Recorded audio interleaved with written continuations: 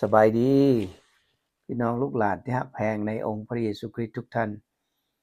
มื้อนี้เป็นมื้อที่พวกเราจะได้มาร่วมกันศึกษาเรียนรู้พระคำของพระเจ้าเกี่ยวกับประวัติศาสตร์ของชนชาติอิสราเอลที่พากันอพยพออกมาจากประเทศอียิปต์เพื่อจะเข้าไปอาศัยอยู่แผ่นดินแห่งคำสัญญาที่พระเจ้าได้ทรงสัญญาไว้ให้แก่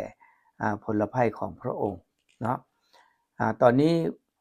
พวกเราเรียนมาจนถึงบทที่34ของหนังสือพระบัญญัติและในบทที่34นี้เป็นบทสุดท้ายของหนังสือพระบัญญัติที่ท่านโมเสสได้เขียนขึ้นในขณะที่พวกเขาเจ้ามาเต้าโฮมกันอยู่แผ่นดินโมอาบ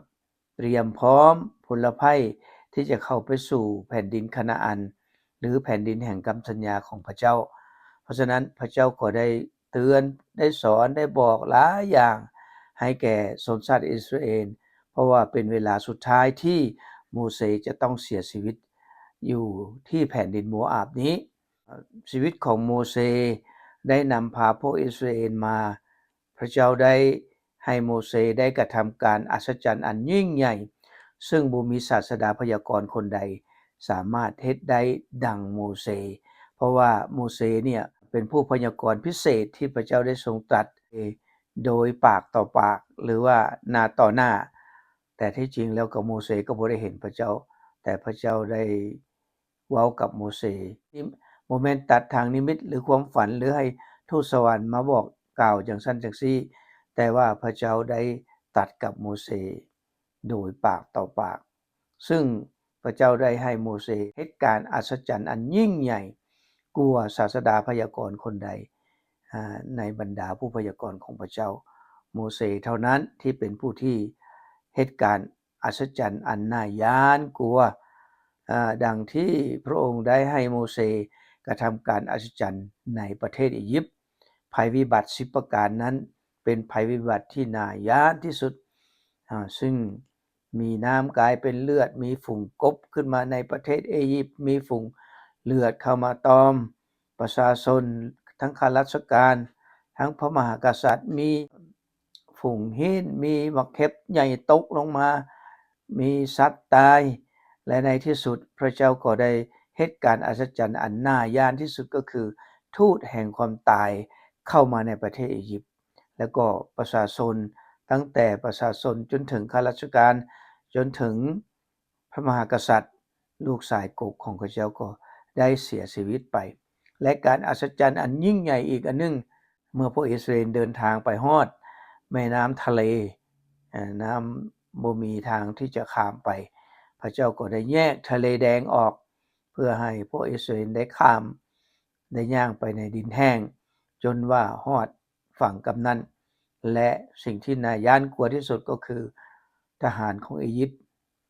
ทั้งหลายที่ติดตามไปนั้นพระเจ้าก็ได้ให้น้ำทะเลกบเกลื่อนจนเสียชีวิตหมดทุกคนรถรบทั้งม้าทั้งคนก็เสียชีวิตไปเพราะหยังเพราะว่าพระเจ้าได้กระทำการอัศจรรย์อันยิ่งใหญ่เพื่อพระนามของพระองค์จะได้แผ่ออกไปทั่วโลกเพราะฉะนั้นเมื่อเวลาพวกนี้ได้เดินทางมาถึงแผ่นดินโมอาบพระเจ้าก็ได้เตรียมผลภัยของพระองค์เพื่อจะให้คนเหล่านี้ได้ถือรักษาคำสัญญาของพระเจ้าเมื่อเวลาเข้าไปตั้งถิ่นฐานอยู่ในแผ่นดินแห่งคำสัญญาที่พระเจ้าสัญญาไว้ว่าจะให้ลูกหลานของอับราฮัมลูกหลานของยาโคบนั้นเพื่อจะได้มีความสุขเพื่อพวกอิสราเอลจะได้มีบ้านเรือนเป็นของตัวเองมีที่ดินเป็นของตนเองและใช้ชีวิตอย่างมีความสุขอยู่ในประเทศนี้ดังนั้นพระเจ้าก็ได้ตรัสแก่โมเสสว่าโมเสสจะบ่ได้เข้าไปอาศัยอยู่แผ่นดินคานาอันแต่จะได้เห็นแผ่นดินนี้ทั้งหมดโมเสสก็ขึ้นไปถึงภูเขาเนโบแล้วก็เลี้ยวไปรอบๆพระเจ้าก็บอกว่านี่แหละเป็นสถานที่ที่ลูกหลานของอิสราเอลจะไปอาศัยอยู่ตั้งแต่แม่น้ำยอร์แดนฝั่งนี้แล้วก็ข้ามไปจนถึงทะเลเมดิเตอร์เรเนียนแล้วก็ขึ้นไปทางเทิงลงมาจนถึงแผ่นดินอัมโมนแผ่นดินโมอาบ นี่เป็นสถานที่ที่ลูกหลานอิสราเอลจะต้องอาศัยอยู่เพราะฉะนั้นเมื่อโมเสสได้เสียชีวิตแล้วพวกอิสราเอลก็ได้ไว้อาลัยให้โมเสส30มื้อหลังจากนั้นยะโฮชูอาก็เป็นผู้สืบต่อในการนำพวกอิสราเอลเพื่อเข้าสู่แผ่นดินคานาอันของพระเจ้าแต่โมเสสก็ได้บอกไว้ว่าจะมีผู้หนึ่งว่าซั่นที่พระเจ้าจะส่งมาเป็นผู้พยากรณ์เหมือนดังเฮาคำว่าเหมือนดังเฮานี่ก็หมายความว่าเป็นผู้นำพาทางฝ่ายจิตวิญญาณโมเสสเป็นผู้นำพาทางฝ่ายเนื้อหนังร่างกายของคนของพระเจ้าออกมาจากการเป็นทาสในประเทศอียิปต์ออกมาจากการกดขี่ข่มเหงในประเทศอียิปต์แต่พระเยซูเป็นผู้ที่นำเอาประชาชนของพระเจ้าเดินทางแห่งชีวิตในโลกนี้เพื่อจะอพยพไปสู่แผ่นดินแห่งคำสัญญาของพระเจ้าคือแผ่นดินสวรรค์อันบ่อนที่มีความสุขชั่วนิรันดรนั้นเป็นผู้นำคือกันแต่เป็นผู้นำที่ต่างกันโมเสสเป็นผู้นำฝ่ายเนื้อหนังของคนของพระเจ้าแต่พระเยซูเป็นผู้นำฝ่ายจิตวิญญาณของคนของพระเจ้าเพื่อไปสู่แผ่นดินแห่งคำสัญญาเหมือนกันแต่แห่งคำสัญญาของพวกอิสราเอลนั้นก็คือแผ่นดินคานาอัน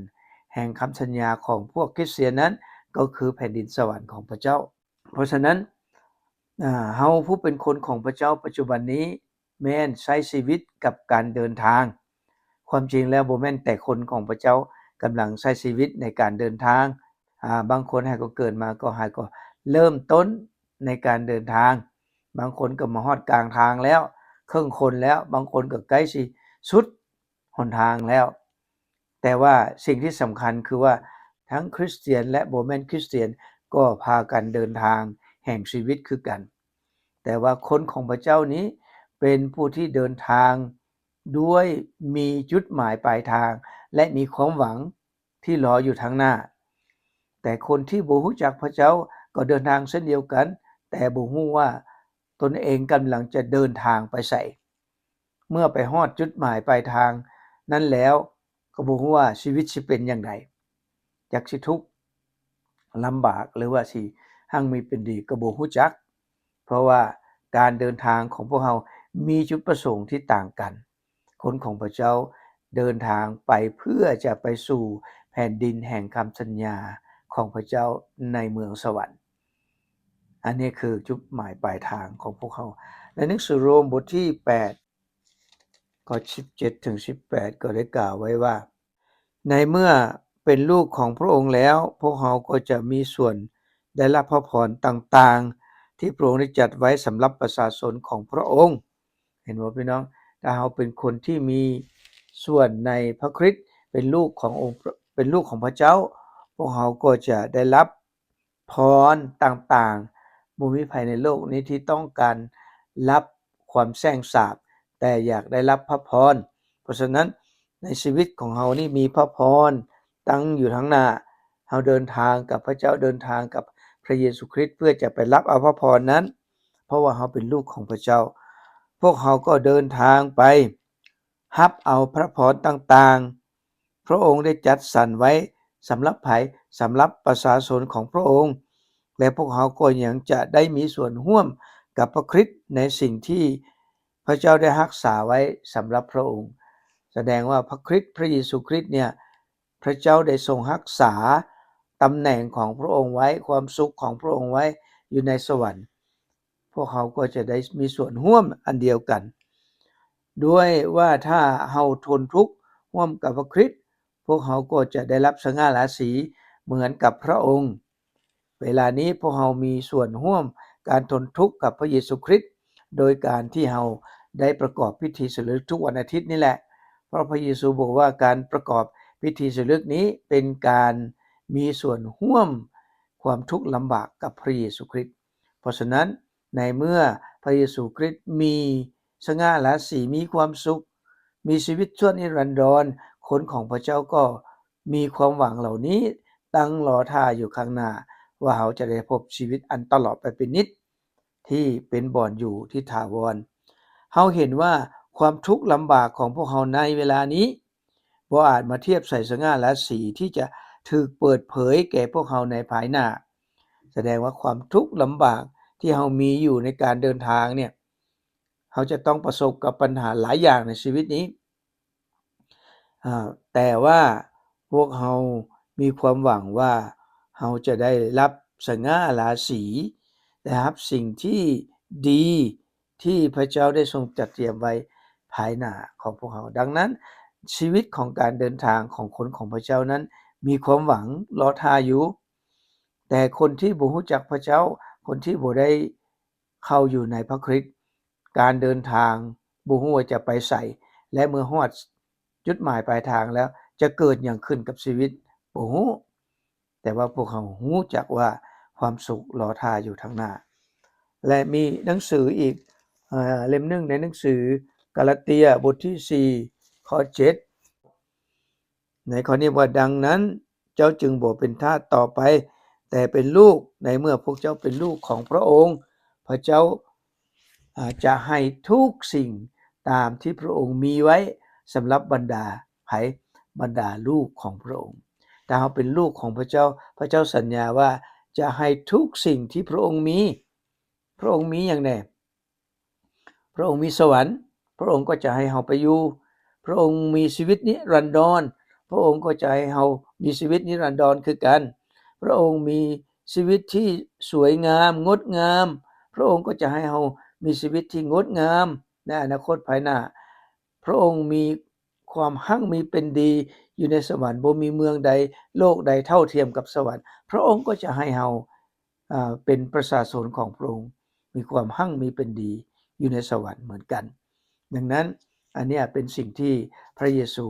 จะนำเราไปถึงแผ่นดินแห่งคำสัญญาของพระเจ้าเมื่อเราจากโลกนี้ไปพวกเราก็มีความหวังรอท่าอยู่และในหนังสือ2โครินธ์บทที่4ข้อ17ถึง18ก็ได้บอกว่าฝ่ายความทุกข์ลำบากอันเบาบางที่มีอยู่ชั่วขณะที่เราทนอยู่นี้แม้นเพื่อเตรียมพวกเราไปสู่สง่าราศีอันยิ่งใหญ่ตลอดไปจนหาที่เปรียบบ่ได้เลยแสดงว่าเรามีความทุกข์มีความลำบากในโลกนี้ในการเดินทางพวกเรายังมีพระเจ้าเฝ้าคอยดูแลพวกเราอยู่เบื้องหลังอันใดที่มันทุกข์เกินไปพระเจ้าก็จะจัดสรรให้เราไปในทางที่มันถูกต้องไปในทางที่ดีและบ่ให้เรามีความทุกข์เกินไปจนกว่าที่เราจะทนบ่ได้เพราะว่าเราเป็นคนของพระเจ้าเนาะเพราะอย่างเพราะว่าพระองค์จัดเตรียมชีวิตของเราไว้เพื่อจะเข้าไปสู่สง่าราศีอันยิ่งใหญ่โดยว่าพวกเราบ่ได้ปักใจในสิ่งที่ตาเห็นแต่ปักใจในสิ่งที่ตาบ่เห็นแสดงว่าเมืองสวรรค์เฮาก็บ่เห็นความสุขนิรันดรเฮาก็บ่ทันเห็นแต่เฮาปักตาไว้กับสิ่งนั้นสิ่งที่เฮาเห็นอยู่นี้มันบ่เป็นของถาวรเพราะพระคัมภีร์เว้าต่อว่าสิ่งที่ตาเห็นก็เป็นสิ่งชั่วคราวแต่สิ่งที่ตาบ่เห็นนั้นดำรงอยู่ตลอดไปเนี่ยคือสิ่งที่คริสเตียนมุ่งหวังในการเดินทางของชีวิตนี้หลบหลีกจากความชั่วเป็นคนดีเป็นคนชอบธรรมต่อสายพระเนตรของพระเจ้าก็ย้อนว่าพวกเราอยากจะไปสู่บ่อนที่มีชีวิตนิรันดร์และดำรงอยู่ตลอดไปเป็นสิ่งที่เราในโลกนี้เรายังบ่ทันเห็นแต่พระเจ้าก็เตรียมสิ่งนั้นไว้รอท่าพวกเราในหนังสือ1เปโตรบทที่1ข้อ6ถึง7จงดีอกดีใจเรื่องนี้เถิดถึงแม้ว่าในเวลานี้พวกท่านจำเป็นต้องทุกข์โศกอยู่ชั่วคราวเท่านั้นถ้าเรามีความทุกข์โศกในโลกนี้ระยะหนึ่งก็ย้อนว่าการทดลองนานาประการที่พวกท่านต้องทนอยู่นั้นจุดหมายของเหตุการณ์เหล่านี้ก็เพื่อพิสูจน์คุณค่าแห่งความเชื่อของพวกท่านเมื่อเวลาเรามีความทุกข์มีความลำบากมีสิ่งที่ปัญหาเข้ามาในชีวิตให้เราคิดว่าอันนั้นแหละเป็นสิ่งที่ทดสอบเบิ่งความเชื่อของพวกเราพิสูจน์คุณค่าของความเชื่อของพวกเราว่าพวกเรามีคุณค่ามหาศาลส่ำใดแม้แต่คำก็ยังถูกลองเบิ่งด้วยไฟบอกคำนี่ถูกละลายด้วยไฟ แต่ละหลายปานใดมันออกมาบัดเวลามันเซาร้อนแล้วมันก็ยังเป็นคำคือเก่ามันบ่ได้เสียหายไปไสคนของพระเจ้าก็คือกันถึงทดสอบมันก็ยังเข้มแข็งอยู่คือเก่าเพราะว่าเราเป็นคนของพระเจ้าดังนั้นแหละความเชื่อของพวกท่านซึ่งประเสริฐหลายกว่าทองคำจึงต้องถูกทดลองเบิ่งคือกันว่าพวกท่านจะทนได้ส่ำใดแล้วพวกท่านก็จะได้รับคำสรรเสริญสง่าราศีเกียรติยศศักดิ์ศรีในมื้อที่พระเยซูคริสต์ทรงมาปรากฏพระเยซูเสด็จมาครั้งที่2คนของพระเจ้าที่กำลังเดินทางอยู่บ่ทันถึงจุดหมายปลายทางก็ตามแต่พระเจ้าก็จะให้เฮาได้พ้นจากการทดสอบต่างๆของเนื้อหนังนี้การเจ็บการป่วยการทนทุกข์ทรมานนี้เพื่อเฮาจะได้ไปสู่ชีวิตแห่งความสุขชีวิตชั่วนิรันดรหนังสือมัทธิวบทที่5ข้อ11เนี่ยพระเยซูได้ตรัสแก่คนของพระองค์บทที่5ข้อ11ถึง12ได้ว่าแบบนี้ความสุขเป็นของพวกท่านเมื่อคนกล่าวนินทาและข่มเหงพวกท่านและเว้าความชั่วอันบ่เป็นความจริงทุกอย่างต่อสู้พวกท่านเพราะพวกท่านเป็นสาวกของเฮาพระเยซูบอกจงเป็นสุขและจงดีใจเถิดเมื่อเวลาเฮาได้รับความทุกข์ได้รับความทรมานได้รับการดูถูกดูแคลนข่มเหงเพราะมีชื่อว่าเป็นคริสเตียนพระเยซูบอกว่าจงมีความสุขเถิดและดีใจเถิดว่าซั่นเพราะหยังเพราะว่าพระเจ้ามีบำเหน็จอันยิ่งใหญ่ไว้สำหรับท่านแล้วบำเหน็จรางวัลยิ่งใหญ่ไว้รอท่าพวกเขาแล้วบรรดาผู้ประกาศพระธรรมในสมัยก่อนก็ถูกข่มเหงอย่างเดียวกันนี่แหละ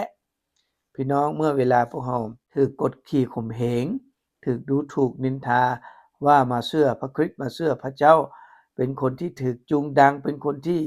บ่มีศาสนาบ่มีสังคมหลายคนอาจจะว่าให้เฮาแต่ให้เฮาอดทนเพราะหยังเพราะว่าพระเจ้าได้ทรงเตรียมบำเหน็จรางวัลไว้รอท่าพวกเขาแล้วนี่คือชีวิตของคริสเตียนที่กำลังจะเดินทางไปกับพระเจ้าไปสู่แผ่นดินแห่งคำสัญญาของพระเจ้าพวกเขาเห็นว่ามีอีกหลายคนในโลกนี้ที่เดินทางโดยบ่มีความหวังบ่ฮู้จักว่าตัวเองจะไปไสบ่มีผู้สัญญาว่าจะคอยดูแล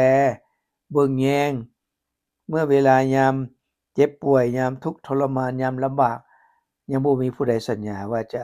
เป็นผู้ปลอบใจอยู่เบื้องหลังแต่คนของพระเจ้านั้นมีพระเจ้าเป็นผู้ที่ยืนแนมพวกเขาอยู่และคอยที่จะช่วยเหลือพวกเขาอยู่และเมื่อเวลาเราดำเนินไปกับพระเจ้าเดินทางไปกับพระเจ้าพวกเขาก็จะไปพบสิ่งที่พระเจ้าได้ทรงจัดเตรียมไว้ให้คือบ่คือการเดินทาง